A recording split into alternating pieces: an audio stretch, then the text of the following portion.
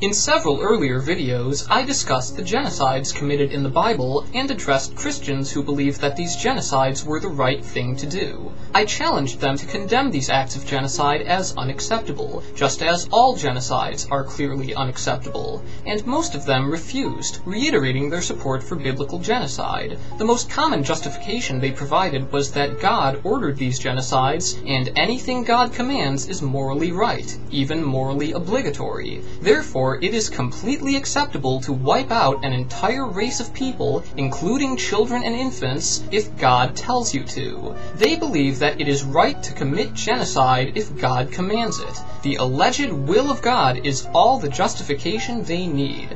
I find this stunning, and I think it raises a very important question. When something as horrific as genocide becomes acceptable to you if you believe God deems it so, is there anything you would consider unacceptable even if God commands it? Is there anything God could order you to do that would be such an affront to your sense of morality that you would refuse? Let me give you some examples. In the book of Genesis, chapter 22, God tells Abraham to sacrifice his only son as an offering. Abraham complies, but an angel of God stops him at the last moment. In Islam, Abraham's willingness to obey God is celebrated as the holiday of Eid. Is it acceptable to kill your own child if you believe God wants you to? Yes or no? In 2008, an 11-year-old girl died of undiagnosed diabetes. Her parents refused to seek medical help even as her condition deteriorated because they believed that prayer was the best way to help her. Their church taught them that they just needed faith.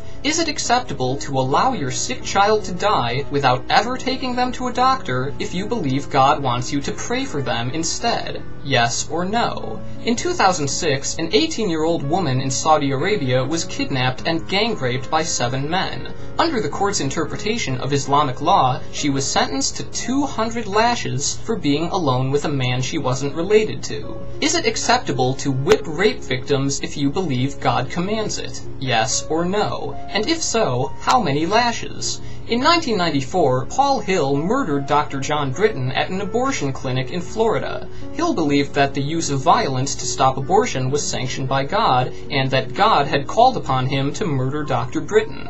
Is it acceptable to kill a doctor if you believe God wants you to? Yes or no?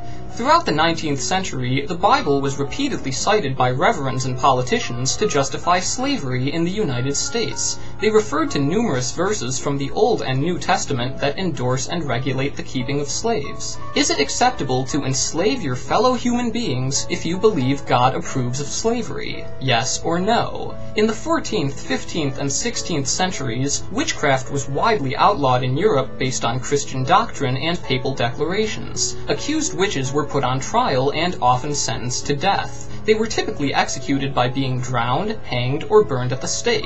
Is it acceptable to burn someone alive for practicing witchcraft if you believe God wants them to die? Yes or no? And if you answered yes to some of these questions and no to others, why? If the will of God is sufficient to justify genocide of all things, then why wouldn't it justify slavery or lashings or child sacrifice? And if you think this isn't a good enough reason to kill doctors or burn witches, then why would genocide become acceptable just because God says so?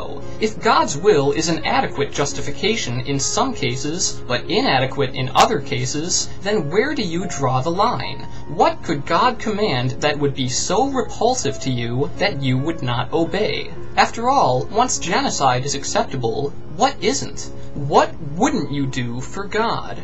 I would really like to know.